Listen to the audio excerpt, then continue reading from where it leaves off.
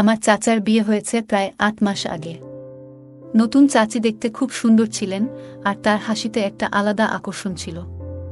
তবে চাচা চাচি বাড়িতে আসার পর থেকেই প্রায় প্রতি রাতে তাদের ঝগড়ার শব্দ শুনতে পেতাম। এটা আমার জন্য একেবারে নতুন অভিজ্ঞতা ছিল। বিয়ের প্রথম দিকে তাদের মধ্যে যে ভালোবাসা ছিল, তা যেন দিন দিন কমে যাচ্ছিল। আমি ভাবতে শুরু করেছিলাম, কেন এমন হচ্ছে। একদিন চাচা বাড়িতে ছিলেন না। আমি সাহস করে চাচির কাছে গিয়ে তাদের ঝগড়ার কারণ জানতে চাইলাম।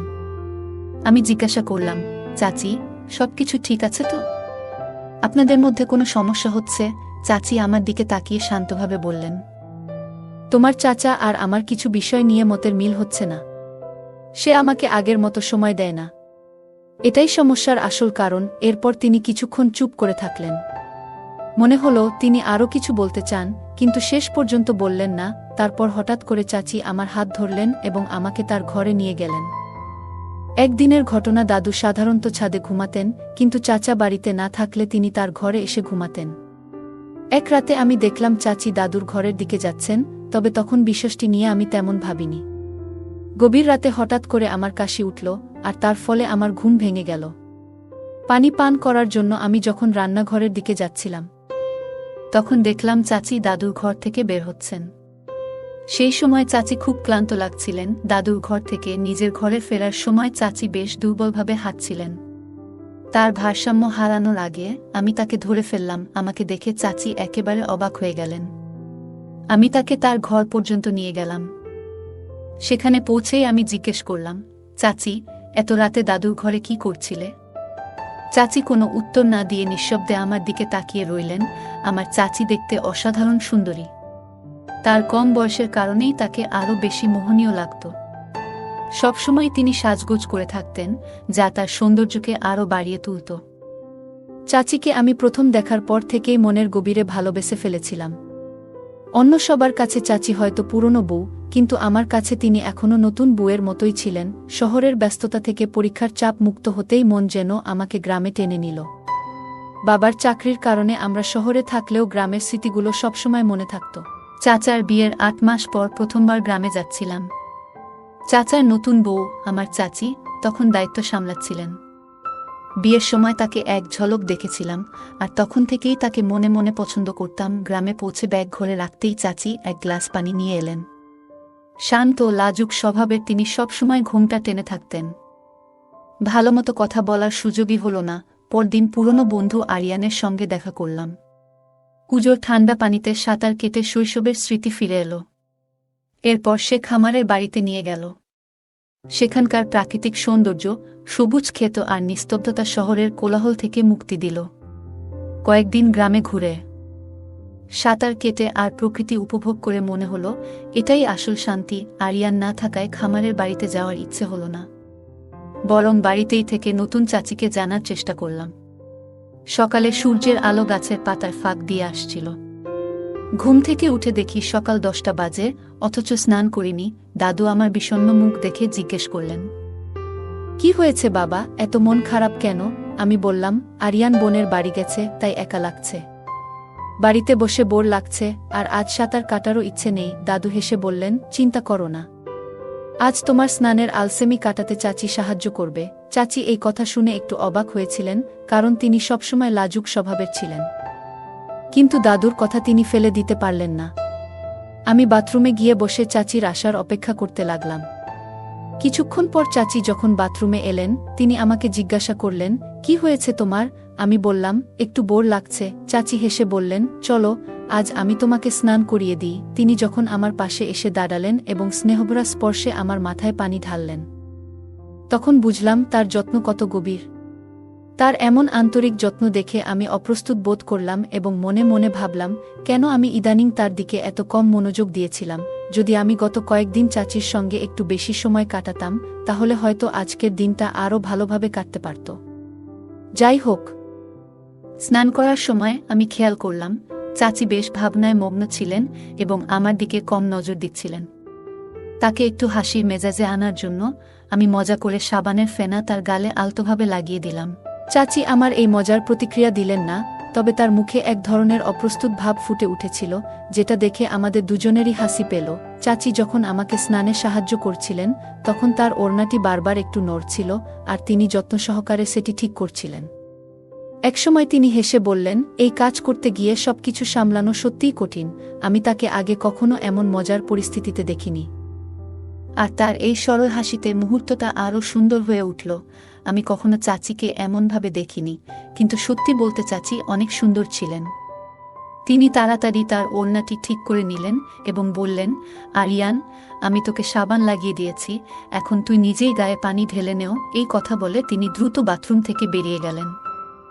আমি পানি ঢেলে স্নান শেষ করলাম, তাওয়ালে গায়ে পেঁচিয়ে বাইরে বেরিয়ে এলাম।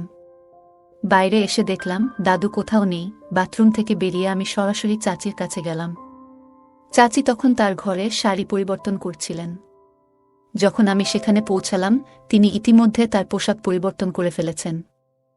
তিনি একটি লাল রঙের সুন্দর শাড়ি পরেছিলেন। আমাকে দেখেই তিনি অবাক হয়ে বললেন, আরিয়ান, তুমি পুরো কাপড় পরনি কেন? আমি বললাম, তুমি যখন আমাকে স্নান করিয়ে দিয়েছ তখন আমার চুলও শুকিয়ে দাও না। তোমার কোমল হাতের স্পর্শ আমার খুব ভালো লেগেছে। এখন থেকে আমি রোজ তোমার কাছে স্নান করতে চাই। আমার কথা শুনে চাচি অবাক হয়ে বললেন, না। আমি হেসে বললাম, আমি তো মজা করছিলাম। নিজের প্রিয় চাচির সঙ্গে একটু মজা করা কি অন্যায়? আমার কথা শুনে চাচি হাসলেন। বাড়িতে আসার পর প্রথমবার তাকে হাসতে দেখলাম। আমি যখন চুল মুছছিলাম, চাচি তার ঘর থেকে বের হচ্ছিলেন। হঠাৎ তার হাত ধরে জিজ্ঞেস করলাম, তুমি সবসময় এত ক্লান্ত দেখাও কেন? সব ঠিক আছে তো? চাচি কোনো কথা বললেন না, শুধু নীরব থাকলেন। সেই রাতেই হঠাৎ চাচার ঘর থেকে চাচির চিৎকার শুনতে পেলাম। চাচার ঘরটি আমার ঘরের পাশেই ছিল।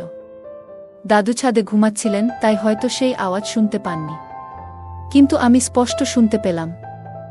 বুঝলাম চাচি চাচাকে সময় না দিয়েই ঘুমিয়ে পড়েছিলেন, যা চাচার রাগের কারণ হয়েছিল। তাদের ব্যক্তিগত ব্যাপারে নাক গলানো ঠিক নয় ভেবে আমি নিজের ঘরে ফিরে এলাম। পরের রাতে আবার চাচির ঘর থেকে অদ্ভুত আওয়াজ পেলাম। কৌতূহল চেপে রাখতে পারলাম না। চাচির ঘরের দিকে এগিয়ে যাওয়ার সিদ্ধান্ত নিলাম। হঠাৎ দাদুর আওয়াজ শুনে বুঝলাম তিনি ছাদ থেকে নিচে নেমে এসেছেন। দাদুর গম্ভীর কণ্ঠ শুনে চাচির আওয়াজও থেমে গেল। চাচা চাচির ঝগড়া তখনই বন্ধ হল। দাদুর দৃঢ় ব্যক্তিত্ব আর ভারী কণ্ঠ দেখে আমি তাড়াতাড়ি নিজের ঘরে ফিরে এলাম। পরদিন সকালের নাশতার সময় চাচা চাচির মধ্যে টানাপোড়েন স্পষ্ট ছিল। তারা একে অপরের দিকে তাকাতেও চাইছিলেন না। চাচা নাশতা শেষে প্রতিদিনের মতো টিফিন নিয়ে দোকানে চলে গেলেন। রাতে চাচির অদ্ভুত আওয়াজের স্মৃতি আমাকে অস্বস্তি দিচ্ছিল। নাশতার পর ঘরে ফিরে মোবাইল দেখছিলাম। এরপর ঘুমিয়ে পড়লাম। ঘুম ভাঙার পর বাইরে এসে দেখি দাদু আর চাচি কেউ নেই। চাচির ঘরের দরজা খোলা, কিন্তু দাদুর ঘরের দরজা বন্ধ। রান্নাঘরে পানি পান করে বাইরে তাকালাম, তখন দেখলাম চাচি দাদুর ঘর থেকে বের হচ্ছেন। তার চেহারায় ক্লান্তির ছাপ স্পষ্ট ছিল। তিনি বারবার নিজের হাতগুলোকে মুছছিলেন এবং তার মুখের ভাব দেখে মনে হচ্ছিল যেন তার হাত পায়ে ব্যথা করছে। আমাকে দেখে চাচি বললেন, আরিয়ান, বসে থাকো, আমি তোর জন্য খাবার নিয়ে আসছি। তিনি আমার দিকে চোখ তুলে তাকালেন না। তার মুখের অভিব্যক্তি দেখে মনে হলো তিনি কিছু লুকানোর চেষ্টা করছেন। আমি ভাবছিলাম, চাচি দাদুর ঘরে এমন কি করছিলেন যে তিনি এত ক্লান্ত হয়ে পড়েছিলেন। বাড়ির কিছু বিষয় আমার কাছে বেশ অদ্ভুত লাগছিল। চাচি ছিলেন দেখতে অত্যন্ত সুন্দর, আর দাদুকে কখনোই তেমনভাবে বাড়ির বাইরে যেতে দেখিনি। বরং তিনি সবসময় চাচির আশেপাশেই থাকতেন। চাচি প্রায়ই ক্লান্ত দেখাতেন, যা সাধারণ গৃহকর্মের জন্য অস্বাভাবিক মনে হতো। পাশাপাশি চাচা চাচির মধ্যে প্রায় প্রতিদিনই কোনো না কোনো অশান্তি হতো। মনে হচ্ছিল চাচি হয়তো চাচাকে সেই সময় দিতে পারছিলেন না যা তিনি প্রত্যাশা করতেন, আর এ কারণেই চাচা প্রায়ই রেগে যেতেন। দুপুরে চাচা বাড়িতে না থাকলে চাচি প্রায় 5 ঘন্টা ধরে দাদুর ঘরে থাকতেন। যখন বের হতেন তখন তার মুখে ক্লান্তির ছাপ স্পষ্ট ছিল। 2 দিন ধরে বাড়ির পরিবেশ লক্ষ্য করার পর অনেক কিছুই পরিষ্কার হতে শুরু করল। একদিন চাচা হঠাৎ দুপুরে দোকান বন্ধ করে বাড়ি ফিরে এলেন। শহরের দোকানের জন্য কিছু জিনিস কিনতে যাওয়ার প্রয়োজন ছিল। তিনি দুপুরেই রওনা দেন এবং জানান যে রাতে ফিরবেন। কিন্তু শহরে পৌঁছে জানতে পারেন যেই বৈদ্যুতিক সামগ্রীটি আনতে গিয়েছিলেন তা পেতে আরও 2 দিন সময় লাগবে। তাই চাচার শহরে থাকার সময় 1 দিন থেকে 2 দিন হয়ে যায়। যখন জানা গেল যে চাচা শহরে রয়েছেন, তখন আমার বাবা মা তাকে আরও 2 দিন শহরে থেকে কাজ শেষ করতে বলেন। এর ফলে চাচা 4 দিন বাড়িতে থাকবেন না। দাদু, যিনি সাধারণত ছাদে ঘুমাতেন, চাচা বাড়িতে না থাকলে তার রুটিনে কিছু পরিবর্তন লক্ষ্য করা যাচ্ছিল। দাদু সাধারণত ছাদে ঘুমাতেন, কিন্তু চাচা বাড়িতে না থাকলে তিনি তার ঘরে এসে ঘুমাতেন। এক রাতে আমি দেখলাম চাচি দাদুর ঘরের দিকে যাচ্ছেন, তবে তখন বিষয়টি নিয়ে আমি তেমন ভাবিনি। গভীর রাতে হঠাৎ করে আমার কাশি উঠল, আর তার ফলে আমার ঘুম ভেঙে গেল। পানি পান করার জন্য আমি যখন রান্নাঘরের দিকে যাচ্ছিলাম, তখন দেখলাম চাচি দাদুর ঘর থেকে বের হচ্ছেন। সেই সময় চাচি খুব ক্লান্ত লাগছিলেন। দাদুর ঘর থেকে নিজের ঘরে ফেরার সময় চাচি বেশ দুর্বলভাবে হাঁটছিলেন। তার ভারসাম্য হারানোর আগে আমি তাকে ধরে ফেললাম। আমাকে দেখে চাচি একেবারে ভড়কে গেলেন। আমি তাকে তার ঘর পর্যন্ত পৌঁছে দিলাম। আমি তাকে জিজ্ঞাসা করলাম, চাচি, এত রাতে তুমি দাদুর ঘরে কি করছিলে? চাচি আমার প্রশ্নে কিছু না বলে শুধু বললেন, আমার খুব ঘুম পাচ্ছে। তারপর তিনি চুপচাপ কম্বলে নিজেকে মুড়িয়ে ঘুমিয়ে পড়লেন। চাচির গভীর রাতে দাদুর ঘর থেকে বের হওয়া, তার ক্লান্ত মুখ, এসব কিছুই আমার কাছে বেশ রহস্যময় লাগছিল। চাচি আমাকে কিছু বলার মতো অবস্থায় ছিলেন না। পরের দিন থেকে আমি চাচির কাছ থেকে সেই একই প্রশ্নের উত্তর জানার চেষ্টা করছিলাম। দুপুর 12টার দিকে, যখন দাদু বাজারে সবজি কিনতে গিয়েছিলেন, চাচি রান্না করছিলেন, তখন আমি সুযোগ নিয়ে রান্নাঘরে গিয়ে জিজ্ঞেস করলাম, তুমি এত রাতে দাদুর ঘরে কি করছিলে? তিনি বললেন, দাদু কাশছিলেন, তাই পানি দিতে গিয়েছিলেন। কিন্তু আমার সন্দেহ বাড়ল, কারণ পানি দেওয়ার জন্য এত সময় লাগার কথা নয়। আমি সরাসরি প্রশ্ন করলাম, তোমরা প্রতি রাতে ঝগড়া করো, চাচা না থাকলেও দিনের বেলায় দাদুর ঘরে যাও। আসল ব্যাপারটা কি? চাচি একটু অপ্রস্তুত হয়ে বললেন, সবকিছু যেমন মনে হয় তেমন নয়। কিছু জিনিস তোমার বোঝার বাইরে। তার উত্তর আমাকে সন্তুষ্ট করল না। একদিন দাদুর এক বন্ধু এসে তাকে পঞ্চায়েতে নিয়ে গেলেন।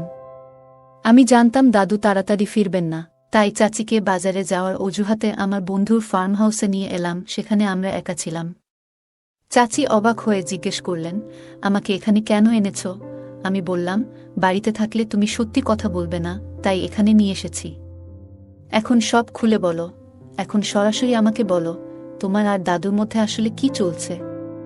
তুমি কি সত্যিই চাচার সাথে সুখী নও, নাকি অন্য কোনো কারণ আছে? ঠিক তখন চাচি আমার হাত ধরল আর একদম আমার কাছে চলে এলো। সে বলল, আরিয়ান, তুমি অযথা বেশি ভাবছ।